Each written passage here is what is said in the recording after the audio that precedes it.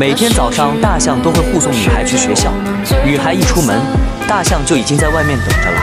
女孩直接坐在大象的象牙上，睡一觉就到学校了。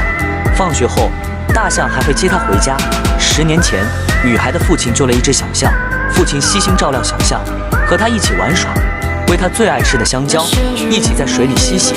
随着小象逐渐长大，她开始每天陪伴女孩上学。